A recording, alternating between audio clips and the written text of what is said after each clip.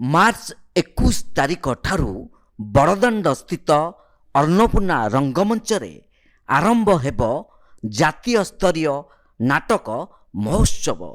ଏହି ମହୋତ୍ସବକୁ ପୁରୀର ନାଟକ ଅନୁଷ୍ଠାନ ରଙ୍ଗଶାଳା ପକ୍ଷରୁ ଆୟୋଜିତ ହେଉଛି। 21 ତାରିଖରେ ରଙ୍ଗଶାଳା ପକ୍ଷରୁ ଶବ ବାହକମାନେ ନାଟକ ପରିବେଷଣ କରାଯିବ। 22 ତାରିଖରେ ଭୁବନେଶ୍ୱର ଅନୁଷ୍ଠାନ ପକ୍ଷରୁ ଏମିତି କୁହାଯାଏ ନାଟକ ପରିବେଷଣ ହେବ। 23 ତାରିଖରେ ଶ୍ରୀ ନାଟ୍ୟମ୍ ଓ ଶ୍ରୀ ସଦାଶିବମ୍ ରଙ୍ଗ ଦଳମ୍ ଅନୁଷ୍ଠାନ ପକ୍ଷରୁ 23 ତାରିଖରେ ଶ୍ରୀ ନାଟ୍ୟମ୍ ଓ ଶ୍ରୀ ସଦାଶିବମ୍ ରଙ୍ଗ ଦଳମ୍ ଅନୁଷ୍ଠାନ ପକ୍ଷରୁ ସଂସ୍କୃତ ନାଟକ କୃଷ୍ଣ କୁତୂହଲ ମଞ୍ଚସ୍ଥ ହେବ। ସେହିପରି 24 ତାରିଖରେ ଭୁବନେଶ୍ୱର ଭିଭିଜର ଥିଏଟର ପକ୍ଷରୁ କାନ୍ଦେ ମାଷ୍ଟ୍ରେ ମଞ୍ଚସ୍ଥ ହେବ। ଚଳଚ୍ଚିତ୍ର ହାସ୍ୟ ଅଭିନେତା ହରିହର ମହାପାତ୍ରଙ୍କୁ ନାଟ୍ୟ ସଞ୍ଜୀବନୀ ବ୍ୟାମକେଶ ସମ୍ମାନରେ ସମ୍ମାନିତ କରାଯିବ। ବିଜୟ କୁମାର ଆପଟ, ଅଜୟ ରଥ, ଦିଲ୍ଲୀପ ଚୌଧୁରୀ ଓ ବିଦ୍ୟାଧର ମହାରଣାଙ୍କୁ ରଙ୍ଗଶାଳା ସମ୍ମାନରେ ସମ୍ମାନିତ କରାଯିବ। ଦୀର୍ଘ 14 ବର୍ଷ ଧରି ରଙ୍ଗଶାଳା ଅନୁଷ୍ଠାନ ପକ୍ଷରୁ ଏହି ଜାତୀୟ ସ୍ତରୀୟ ନାଟକ ମହୋତ୍ସବ ଆୟୋଜନ କରାଯାଉଛି ବୋଲି ଅନୁଷ୍ଠାନର ନିର୍ଦ୍ଦେଶକ ବିକ୍ରମ କୁମାର ସାହୁ ଡାକନାମ ଭିକି ଏକ ସାମ୍ବାଦିକ ସମ୍ମିଳନୀରେ ସୂଚନା ଦେଇଛନ୍ତି। ସନ୍ଧ୍ୟା 7:45 ସମୟରେ ନାଟକ ଆରମ୍ଭ କରିବାକୁ ଆମେ ଅଭିପ୍ରାୟ କରିଛୁ।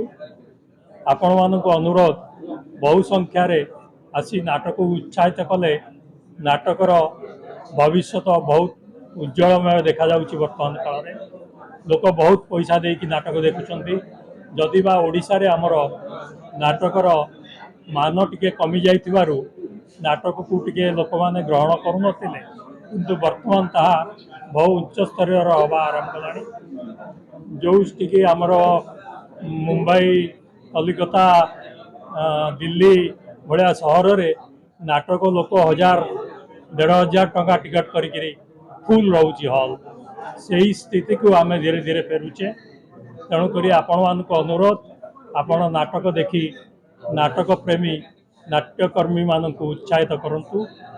ଆଉ ଏଇ 4 ଦିନ ନାଟକରେ ପ୍ରଥମ ଦିନ ଆପଣ ଦେଖିବେ ଶବ ବାହକମାନେ, ଯେଉଁଟାକି ସ୍ୱର୍ଗତ ବିଜୟ ମିଶ୍ରଙ୍କର ଲିଖିତ ଆଉ ବିକ୍ରମ ସାହୁ ଯିଏ ଆମର ରଙ୍ଗଶାଳାର ନିର୍ଦ୍ଦେଶକ, ତାଙ୍କ ଦ୍ୱାରା ନିର୍ଦ୍ଦେଶିତ। ପ୍ରତିବର୍ଷ ଭଳି ଏ ବର୍ଷ ମଧ୍ୟ ରଙ୍ଗଶାଳା ତାର ଚତୁର୍ଥ ନ୍ୟାସନାଲ ଥିଏଟର ଫେଷ୍ଟିଭାଲ କରିବାକୁ ଯାଉଛି। କାଲିଠାରୁ 4 ଦିନ ଧରିକି 4ଟି ଭଲ ନାଟକ ଆପଣମାନେ ଦେଖିବାର ସୁଯୋଗ ପାଇବେ। ପ୍ରଥମ ଦିନ ରଙ୍ଗଶାଳା ନିଜର ନାଟକ କରିଛି ଶବ ବାହକମାନେ। ତାର ରାଇଟର ହେଉଛନ୍ତି ବିଜୟ ମିଶ୍ର, ନିର୍ଦ୍ଦେଶକ ମୁଁ ନିଜେ। ଚେଷ୍ଟା କରିଛୁ ନାଟକଟାକୁ ସୁନ୍ଦର ସରସ କରିବା ପାଇଁ ଏବଂ ବୋଧହୁଏ ଦର୍ଶକମାନଙ୍କୁ ଭଲ ଲାଗିବ। ଏବଂ ଦ୍ୱିତୀୟ ଦିନର ନାଟକ ଅଛି ଏମିତି ବି କୁହାଯାଏ, ଜୀବନରେଖା, ଭୁବନେଶ୍ୱରର ନାଟକ, ବହୁତ ବଢ଼ିଆ ନାଟକ। ଏବଂ ତୃତୀୟ ଦିନ ନାଟକ ଅଛି ଗୋଟେ ସଂସ୍କୃତ ନାଟକ, କୃଷ୍ଣ କୌତୂହଳ।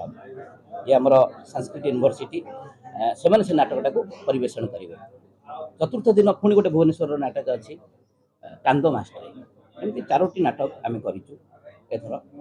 ଏବଂ ହରିହର ମହାପାତ୍ରଙ୍କୁ ଆମେ ଦେଉଛୁ ବ୍ୟୋମକେଶ ତ୍ରିପାଠୀ ସମ୍ମାନ ଏବଂ ରଙ୍ଗଶାଳା ସମ୍ମାନ କିଛି ବ୍ୟକ୍ତିବିଶେଷଙ୍କୁ ଦିଆଯାଏ ଥିଏଟରରେ ଯେଉଁମାନେ କାମ କରନ୍ତି। ସେଥିପାଇଁ ଆମେ ଦେଇଛୁ ଅଜୟ ରଥଙ୍କୁ ରଙ୍ଗଶାଳା ସମ୍ମାନରେ ସମ୍ମାନିତ କରିବୁ। କ୍ୟାମେରା ପର୍ସନ ରବି ଜେନାଙ୍କ ସହ ସୁଧାଂଶୁ କରଙ୍କ ରିପୋର୍ଟ, ତୀର୍ଥକ୍ଷେତ୍ର ଲାଇଭ୍।